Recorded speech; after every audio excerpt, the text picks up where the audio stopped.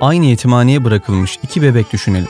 İkisi de 6 aylık. Soldaki bebeği Berlin'de, sağdaki bebeği Guatemala'da yaşayan bir aile evlat edindi. İkisinin ailesi de bebeklerinin sağlıklı beslenmesi için aynı devam sütünü kullanıyorlar. Ama nasıl oluyorsa aynı şeyi yemiş olmuyorlar. Berlin'de yaşayan bebeğimiz şekerle tanışmamışken Güney Amerika'daki bebeğimiz devam sütüyle beraber her gün 4 küp şeker yemiş oluyor. Bu nasıl mümkün? Dünyaca ünlü bir marka, bebek mamalarını bazı ülkelere şeker ilavesiz gönderirken yoksul ülkelere ilave tatlandırıcı ile satış yaptı. Bütün çocuklar eşitse, Nestle ve bünyesindeki alt markaları bebek mamalarının içeriklerini ülkelere göre neden değiştirir ki? Hiç mi buğday tüketmeyelim, hiç mi ekmek tüketmeyelim? Hatta çölyak hastalığı dediğimiz bir hastalık toplumun %1'inde görünüyor. Gluten hassasiyeti olanlara ve çölyak hastalarına güzel haber Ticaret Bakanlığı'ndan geldi. Çölyak hastaları özel beslenmek zorunda.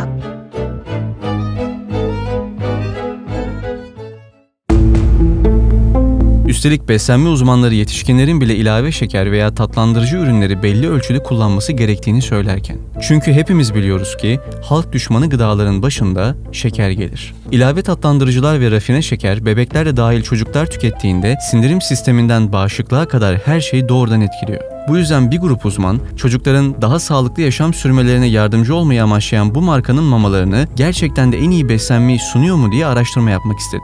Ama onlar için bu beklenenden zor oldu. Public Eye ve Uluslararası Bebek Maması Eylem Ağı, İsviçre menşeli markanın bebek mamalarında şeker analizi yapmak için laboratuvarlara başvurdu. Ama bazı laboratuvarlar Nestle ürünleri üzerinde çalışmaktan kaçındı. Hatta bir laboratuvar, analizin sonuçlarının mevcut müşterileri üzerinde olumsuz etkisi olabileceği için projeye katılmaktan çekindi.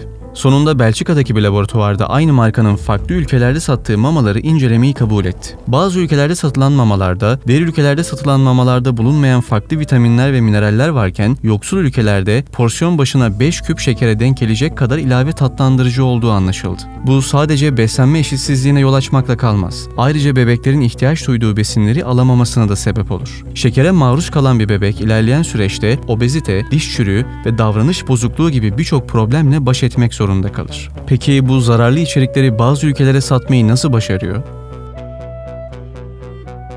İsviçre'de 6 aylık bebekler için tahıllı bisküvilerini şeker ilavesiz iddiasıyla tanıtırken, Senegal ve Güney Afrika'da ise aynı markanın bisküvileri porsiyon başına 6 gram eklenmiş şeker içeriyor. Benzer şekilde Nestle'nin ana Avrupa'daki pazarı olan Almanya, Fransa ve Birleşik Krallık'ta 12-36 aylık çocuklar için tüm mamalar yapay tatlandırıcısız ve ilave şeker olmadan satışa devam ederken aynı ürün Etiyopya'da porsiyon başına 5 gramın üzerinde, Tayland'da ise 6 gram şeker içeriğiyle raflarda kendine yer bulabiliyor. Bu tür ürünlerin ambalajlarında bulunan beslenme bilgilerinde genellikle eklenen şeker miktarı belirtilmiyor. Basit bir araştırmada bile günlük 5 gram şeker tüketiminin çocuklar üzerinde nasıl etkileri olacağını bulabiliriz. Nestle bu konudaki endişelere nasıl yanıt verdi? Tüm bebek mamalarının en yüksek kalite standartlarını karşıladığını ve bebeklerin ihtiyaç duyduğu tüm besinleri sağladığını savundu. 15 yaşımda PCOS tanısı aldım. Daha sonra da hipotiroidi tanısı aldım. Ama 24 yaşında gittiğim bir doktor bana ilk defa paketli ürünler yememelisin dedi. Ve o zamana kadar ben sayısız doktora gittim. Beslenmeyle bir ilişkisi olduğunu dahi bilmiyordum. Farklı içeriklerin yerel beslenme ihtiyaçları ve yasal düzenlemelere uymak için gerekli olduğunu söyledi. Artık temiz beslenmek bence sınıfsal bir durum. Bir fırsat eşitsizliği var kesinlikle. Evet, ülkelere göre içerik farklılıkları mümkün. Hatta katkı maddeleri bazında da farklılıklar mümkün. Ama bunu anlamadan önce bu sınırlar nasıl belirleniyor? Önce bunu bir anlayalım. Şimdi Dünya Sağlık Örgütü ve Gıda Tarım Organizasyonu tarafından kurulmuş bir organizasyon var, bir komite var. Gıda Katkı Maddeleri Komitesi. Bunlar farklı deney hayvanları üzerinde çalışmalar yapıyorlar ve diyorlar ki bu katkı maddesinden şu kadar miktarda kullanmak insan sağlığı açısından zararlı değildir. Ya da bunun şu kadarını kullanmak sizin sağlığınız açısından zararlar verecektir. Dolayısıyla bunun maksimum miktarı şudur gibi sınırlamalarda bulunuyor ve bütün tüketiciler bu otoritelerin koymuş olduğu sınırlara uymak zorunda kalıyor. Ürünlerinin etiketlerinde kullanılan tüm içeriklerin açıkça belirtildiğini ve ebeveynlerin bu bilgileri kullanarak bebekleri için en uygun mamayı seçebileceklerini vurguladı. Öncelikle içeriğine kattığı herhangi bir ürün, hiç fark etmez bu katkı maddesi, doğal olsun yapay olsun, bunu içindekiler kısmında, içerik kısmında belirtmek zorunda. Eğer bunu yapmadıysa zaten gerekli cezalandırmalara tabi tutulacaktır. Tabii bu açıklamalar konuyla alakalı uzmanları ve beslenme konusunda yetkin kişileri ikna etmedi. Uzmanlara göre marka yeterince şeffaf değil ve bebeklerin sağlığını riske atıyor. Yani bebekler için ihtiyaç olduğu takdirde en uygun mamayı seçerken aynı mamanın farklı ülkelerdeki içeriğini karşılaştırmak da ayrı bir hayati önem taşıyormuş, bunu görmüş olduk. Ülkelere göre içerik farklılığı sadece ambalajlı ürünlerdeki katkı maddelerinde söz konusu değil. Bir diğer konu, evet şimdi katkı maddelerini söyledik de bir de katkı maddesi olmayan besin elementlerimiz var. Örneğin içerisindeki süt miktarı, içerisindeki meyve miktarı ya da içerisine herhangi bir ürünün katılmış olan kıyma miktarı.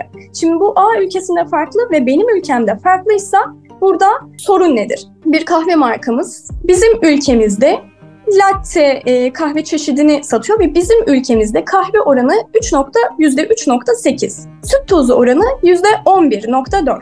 Yaklaşık %4 ile %11 olarak söyleyebiliriz. Fakat diğer ülkelerde, örneğin İsveç'te %9.7 oranında kahve var. Benim ülkemde %4 bile katmamışken onlar da neredeyse %10 oranında kahve katıyorlar. Aynı şekilde Almanya'da da öyle.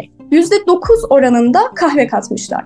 Peki bu fark neyle alakalı? Birincisi, ülkede bulunan insanların beklentileriyle alakalıdır. Yani bu marka hani bunları kandıralım da bu kadar az yapalım düşüncesine girmiyordur elbette. Tüketicilerin beklentilerini karşılama yolunda olmaları gerekiyor. Eğer tüketici yumuşak için bir kahve istiyorsa evet kahve oranı azdır. Ya da şeker oranını yüksek istiyorsa evet benim ülkemde şeker oranı fazladır. Yediklerimiz sofraya gelmeden önce raflara ulaşana kadar da bir süreçten geçiyor. Market raflarından önce topraktan fabrikaya gitmesi gerekiyor. Ürünlerin toprakta geçirdiği zaman zarfında kullanılan tarım ilaçları da yine doğrudan bizi etkiliyor. Nasıl mı? Mesela gluten değerleriyle. Şöyle, bence gluten tüketmeyen insanlar gerçekten daha iyi hissediyor. Neden? Çünkü gluten tüketmemek demek İşte abur cubur da tüketmemek demek. Çünkü her şeyin içinde gluten var. Şimdi paketli gıdaları tüketmeyince glutene hassasiyetiniz olmasa bile daha iyi hissediyorsunuz. İşlenmiş karbonhidratın psikoloji üzerinde etkilerine dair araştırmalar var yani. Onu tüketmeyince daha iyi hissediyorsunuz. O yüzden bence bu bir gerçek. Ama yani evet, estetik yaptırıyor bir tane ünlü. Nasıl bu kadar güzelsiniz diye sorulduğunda gluteni kestim diyor. Şimdi bu kadar reklamı yapılırken pazar tabii ki bundan payını alacak. Yani çok fazla paradan bahsediliyor glutensiz ürün üzerinde şu anda. Bunlar evet gerçek ama çölyak dışı gluten hassasiyeti de artık literatürde geçen bir semptom yani. Böyle bir şey de var gerçekten. Beslenme konusunda aslında bir farklılık da gluten söz konusu olunca dile getiriliyor. Son yıllarda bir trend haline gelen gluten hassasiyeti kısmen de olsa gerçeklik payı taşıyor. Gerçekten de çölyak hastalığı var, gluten hassasiyeti var. Bunlar göz ardı edilebilecek hastalıklar değiller. Bu hastalığın sebebi nedir?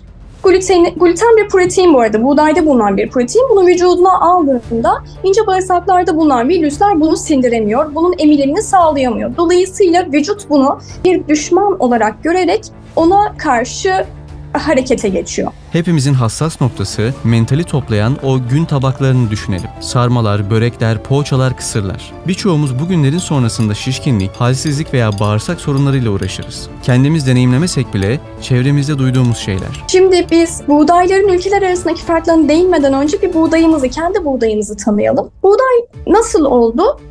Güneydoğu'da bulunan illerimizle beraber bereketli hilal dediğimiz Suriye, Lübnan, Irak, İran, Mısır gibi ülkelerde ilk yerleşik hayata geçildi ve ilk tarım buralarda başlandı. Tamam, yerleşik hayata geçtiler ama nüfus gitgide artıyor. Ama üretilen buğday yetmiyor. Dolayısıyla alternatiflere gidilmeye başladı. Nedir bu? Bize hava koşullarına dirençli ürünler gerekiyor. Daha verimli ürünler gerekiyor. Daha hızlı üreyen, daha hızlı gelişen, büyüyen ürünler gerekiyor ki ben bu nüfusun besin kaynağını, besin ihtiyacını karşılayabileyim. Türkiye'de yediğiniz makarna sizde şişkinlik yaparken, Amerika'da yediğiniz pizza daha ciddi etkilere yol açarken, İtalya'da yiyeceğiniz ekmeğe muhtemelen vücudunuz hiç tepki vermeyecek. Why is it many people can have gluten in Europe but not in the US? Well, I'm one of those people. I'm highly allergic to gluten, but here I am in Italy with a chocolate croissant, eating pasta on the reg, and I don't have any issues. Whereas in the US, I have an autoimmune issue, so my skin flares up with rashes and all kinds of bad stuff. And what I found is here, especially in Italy, and across Europe, they use ancient grains, and the crops are not saturated with glyphosates like Roundup. In the U.S., all the wheat comes from Monsanto and is Roundup ready, which means they just hose all these crops with Roundup, and it causes lots of gastrointestinal problems. I think that's what created my celiac gluten issue, whereas in Europe that's banned and the crops are less modified and not covered with all this crap that we permit in the U.S. By the way, Roundup is a acknowledged and known carcinogen that's hosed all of our crops and contaminated in lots of drinking water, unfortunately. So when you come to Europe, enjoy a little gluten. Florida'da yaşayan bir sosyal medya kullanıcısı normal şartlarda glutene karşı risk seviyesinde alerjisi olduğunu ve Amerika sınırlarındayken gluten ürünlerini tüketmediğini söylüyor. Ama İtalya'da kruvasan, makarna ve pizzayı doyasıya yediğini paylaşıyor. Üstelik hiçbir yan etki olmadan. Şimdi hal böyle olunca çok yakın bir tarih 19. yüzyılda Japonların kendi daruma buğdayları var. Japonlar kendi daruma buğdaylarını alıyorlar ve bizim kırmızı kışlık Türk buğdayımızla melezliyorlar. Japonlar kendi buğdaylarıyla bizim verimli buğdayımızı aldılar, hibritleştiler, melezleştirdiler. Dolayısıyla çıkan buğdaylar artık daha verimli hale geldi. Yetti mi? Yetmedi. Ardından Meksika ve Amerika. Onlar da bu melezlenmiş buğdayı alarak farklı buğdaylarla yine hibritleştirdiler. Dolayısıyla artık açığa çıkan, meydana gelen ürünler daha cüce geni baskın, yani daha kısa boylu. Daha kısa boylu ne demektir? Rüzgara ve hava koşullarına daha dayanıklı, daha dirençli demektir. Verimi daha yüksek, daha hızlı üreyebilen buğdaylar elde ettiler. Tabii sadece çıkan sonuç bu olmadı. Aynı zamanda bizim kendi buğdayımız normalde %5, %4'lük bir gluten içeriğine sahipken bu hibritleşmiş tohumlarla beraber, buğdaylarla beraber gluten içeriği %12'lere çıktı. Peki nasıl oluyor da bizim gluten şikayetlerimiz ve buğday ürünlerinin sık kullanımına bağlı sağlık sorunlarımız her geçen gün artıyor?